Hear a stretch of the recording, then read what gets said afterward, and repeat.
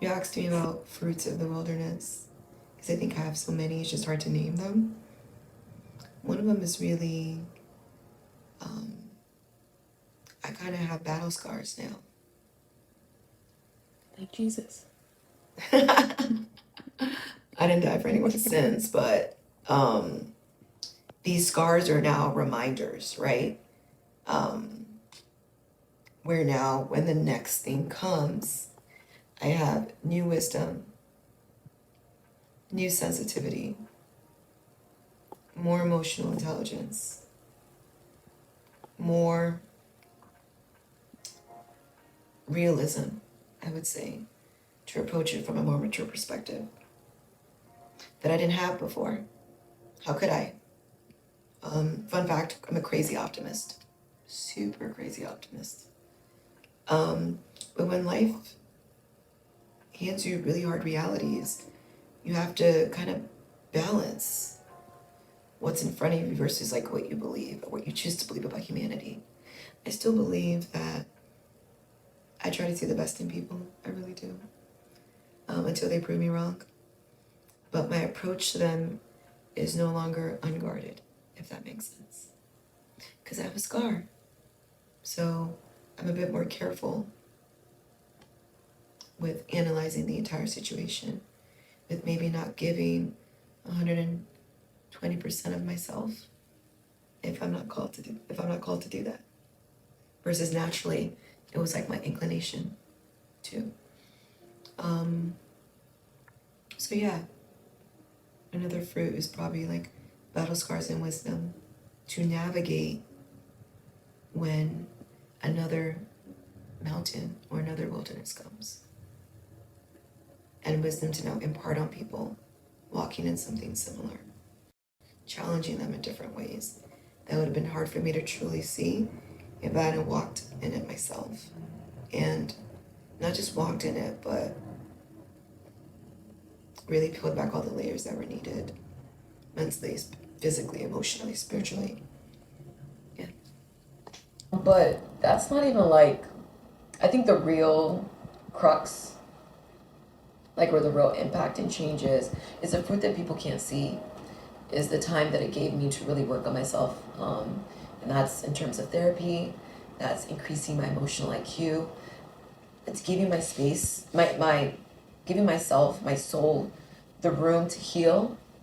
Um, because now, if my cup is now full, I'm now better service to my God, my community, my family, my chosen family, and my patients at the end of the day, you know. Um, and then it also permitted me time to, yes, heal and all that stuff, but now to impact people in ways outside of medicine that I care about. One of those pillars is actually community service. One of the reasons I realized that I was so empty was because I hadn't been able to pour into people in a way that was not specifically in the hospital, which is something I grew up with. My parents have um, a not-for-profit called Second Chance Ministries, where we literally would go on a weekend to feed the homeless people in DC. Like stuff like that I just grew up with, right? I used to be a Girl Scout, fun fact. Stuff in nursing homes that I grew up with, you know? Um, and then even being part of communities like before, when I lived in New York, I went to Hillsong at VU, doing these massive things like Easter egg drop, the engagement that I get from that, people just being curious about what is that, and then ultimately getting them to like, you know, the message of Jesus and just feeling loved and accepted no matter where they are, no matter where they are.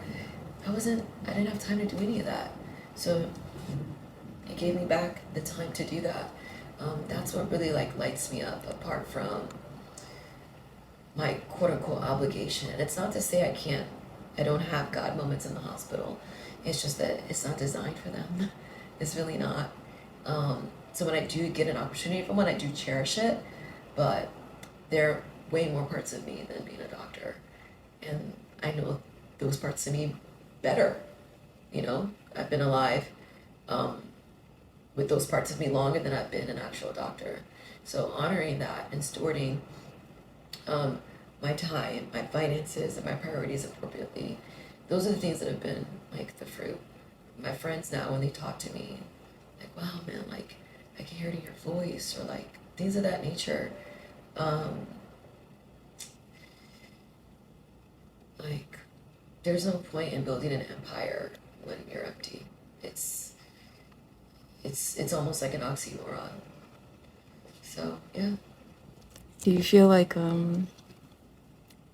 remember how you saw that doctor the first time when you were at the school? Does Yeah, it feel like that right that's now? me. Yes. Oh my goodness. Okay. I love that's so funny. That is me because I'm not empty. That's it. So I've been such a great help and service to I am back in the hospital now, but you know, um, in a lesser capacity, I would say. Like I'm not working 120-hour weeks as that. I don't do that anymore. But when I do show up, I'm able to be fully present. I am up to date on the latest literature. Um, I can help my patients with a high level of competency and have the room um, to touch them and to be a light without the heaviness of the system, the narcissistic system that is medicine in a way, um, weighing on me. Yeah, yeah, that's me for sure. Yeah, I love that you said that because I hadn't thought about that. You know, I'm so grateful for that because people now see that again, not living for their acknowledgement or validation, but I'm getting that so much now that it's helpful because it's like, wow, God, thank you for permitting me to be in this environment that I'm able to make an impact. Um, patients leave me cards, like different things like that. That's just been really, for them, it's nothing, but it really, it's deep down. It's deep down, and it's not deep down so that I can keep it for my glory, but it's really for God's glory. Um, Brooke Ligerwood, she came back. She came to a good conference a few years ago, and she did an interview with Pastor Rich. And one of the things that she said, she's an amazing like singer songwriter. For those who don't know about her, um, basically along the lines of when someone gives her a compliment, she says thank you instead of like saying no, or this whole thing, or oh yeah, I woke up like this or whatever. She's like she takes it in. She's like thank you, and then later on, she takes all of those and she presents it as a bouquet to Jesus. And I was like, wow, that really impacted me. And I've been doing that ever since. So whenever I'm able to help a patient or take a patient from, wow, God, I think this woman is dying in front of me, to, wow, Jesus, thank you so much that she's alive. These are conversations I have with God internally when I'm trying to manage whatever's in front of me. At the end of the day, I present it as a bouquet to Him. Um, and that's been great. That's been great because that also helps to keep me humble. It's almost as if there's this new level of connection with your students because now they can look to you like that doctor that visited your class that one day. And there's also this close proximity that they have to you, which they can lean on if they needed advice, if ever they were in a similar wilderness season, just like you experienced. They can actually come to you and ask for advice. Yeah, and I think it's also there's power in someone being authentic with you. Um, People connect to that, and there's also power in when someone can see something that you're doing is attainable. So, um, when I'm home in Nigeria, I look like everyone. That's not the case when I'm here. And I've gotten used to that, you know? But it was so cool when I went there. People would be like, oh, they would speak to me in Swahili, and I'd be like, oh my God, Yoruba, a little bit, but not really anything else. I'm sorry. But I say that because now the women that are there, especially the women, but also the men, they look like me. And they can see, okay, she's doing this. I can do it. It's a classic psych thing. People gravitate to people that look like them. If they see you're doing something, they believe it's reproducible. God bless our entire team, but it's just a factor of the statistics in this country. There's not a lot of people that look like me that are physicians and that are willing to step out of themselves and you know, stretch out a hand to help. That's been so impactful. And honestly, I look up to them, if I'm being super honest, because they're all older than me, they all have families, they're sacrificing an incredible amount of time to be part of this program. And then when they're done, they have to now go build it in whatever rural hospital that they're at. And that takes an incredible amount of courage, tenacity, bravery, intelligence. They really inspired me. Like, okay. Do you think you'd be able to see that if it wasn't for the wilderness season? In that perspective?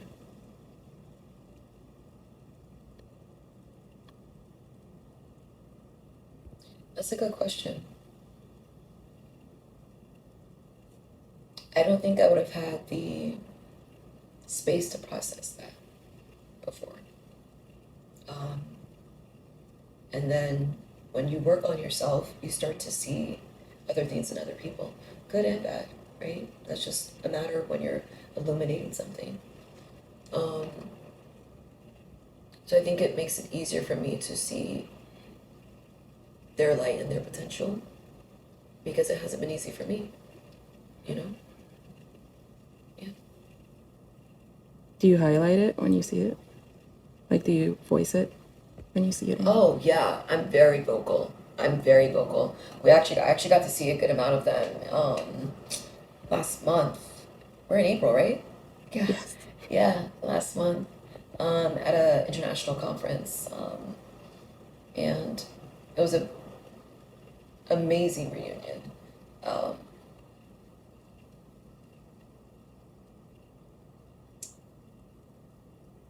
but what I took away from the reunion was that wow, um, they still talk about the impact that I made. They're like, you have to come back. Like, you have to come back. We've told so and so, you have to come back. Just tell us when. We need your knowledge, we need your guidance, etc. So to see that I've marked them as much as they've marked me, that's dope. Yeah. Okay. I was gonna ask you what you're grateful for now, but I feel like you just said everything. Yeah, that's everything. Um, I'm grateful for um, my family and my chosen family. I think I said it earlier, but you gotta have people around you that are gonna speak life into you and hold you down when things are foggy without judgment. Um, that don't rush you. That feed you good food. I'm so grateful for that, and I'm just so grateful for God's patience with me. Because I'm still growing. I'm not perfect, far from it. But I'm grateful to be on this journey, and I'm grateful to have the capacity to walk this journey. Mentally, physically, emotionally, financially, all of it. Yeah. Would you know what to say to people that don't have a community or don't know God, and they would be in that season of wilderness? If I didn't know God, I don't think I would be here today. I'm very serious about that. Because the thing that I devoted my life to was gone. So I'm like, okay, what am I living for? What am I living for? Apart from some people could say, well, you could live for revenge, but that ends up killing you in a different way anyway, right? You could live for money, fame, whatever, but that also ends up killing you internally as well. If I didn't have God, I would not be here. I would have believed the lie of the enemy, which said things like, "You're not worthy. You messed up. No one would miss you. It's all a scam. So there's no point in you being like participating." But I know God, and His plans for me are good, and I that because I've seen evidence of that over and over and over again that I can't take credit for. I can't take credit for a lot of it. If you don't have a community and you don't believe in God, what's the worst that can happen? You live your life and you ultimately die. And that's it. But if you have a community that speaks life into you, and you do believe, you have the audacity, the Bible says you just need a mustard seed size faith to believe that God is who he says he is, you'll realize that the life that you were living before him was just a counterfeit. Your eyes will be so much more open and filled with the sweet honey of his presence that you can't know of or imagine until you taste it. And when you encounter him, you're gonna know. The people around you are gonna know. Something's gonna be different. I would almost challenge you to be like, what's the worst that can happen? You live this amazing life in his presence. And then when we die, the best news is it's not over. You get to do that for eternity. Eternity. People have all these different visions of heaven and like what it looks like. The Bible gives us some literal descriptions of it. But it's really boils down to peace. That Selah moment that I was talking about earlier, that's heaven. 24/7.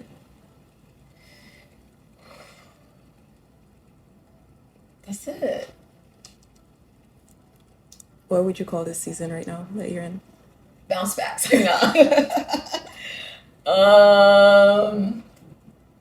haven't titled it yet. I would say,